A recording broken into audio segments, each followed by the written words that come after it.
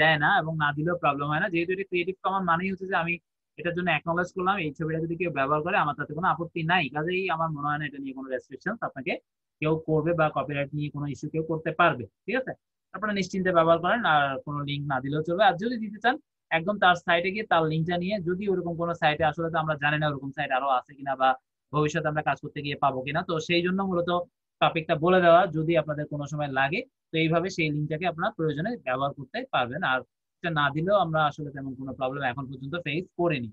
ওকে, আশা করি বুঝতে পারছেন কিভাবে আমরা খুব সেফলি, আমি আরেকবার একটু রিপিট করি তাহলে আশা করি বুঝতে পারছেন।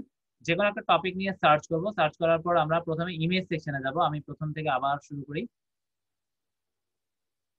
আমি ডিজিটাল মার্কেটিং লিখি, ডিজিটাল, সরি, ডিজিটাল, কি লিখতেছি, ডিজিটাল মার্কেটিং লিখে সার্চ করলাম। সার্চ করার পর সিম্পলি আমি ইমেজ সেকশনটা সেট করব, তারপর একটা ইমেজে ট্যাপ করব বা ক্লিক করব, তারপর সিম্পলি এটা ওপেন হয়ে গেছে, সমস্যা নেই। আমি উপরে গিয়ে টুলসে যাব, টুলস থেকে এখানে আপনারা চাইলে সাইজ দিতে পারবেন, কালারিং সিলেক্ট করে দিতে পারবেন বা ফিল্টারিং করে দিতে পারবেন, টাইম, ইউজেস রাইট, টাইপ।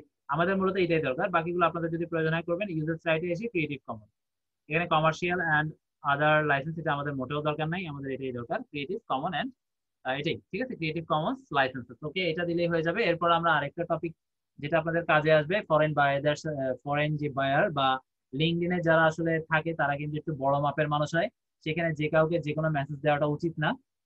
তাতে আসলে তারা রাগ করবে না, বাট তারা কখনো রেসপন্স করবে না। বাট আপনি যদি একটু বুঝে তাকে নিয়ে স্টাডি করে রিপ্লাই দেন এবং সেটার ব্যাপারে আপনাকে হেল্প করবে আমাদের একটা টুলস, যেটা এখনো কমপ্লিটলি ফ্রি। এই লিঙ্কটা মেবি আপনারা ক্লাস নোটসে পেয়ে যাবেন, আমি এখান থেকে একটু দেখি, এখানে আছে। এটাকে আমরা মূলত পার্সোনালিটি চেকার বলি, যেটা আসলে আপনারা যদি ওই টুলসটা ব্যবহার করেন, জাস্ট আপনি লিঙ্কডইনে প্রোফাইলে ঢোকার পর যে কোনো একজনকে সিলেক্ট করবেন, মানে কার সাথে